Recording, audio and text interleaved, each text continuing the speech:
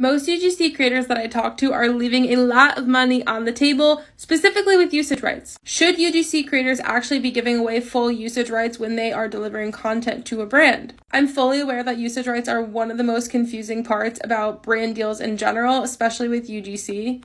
Because when you're a UGC creator, you're supplying the brand that content for their usage, right? So they should be getting perpetual full usage rights, no? No, literally no.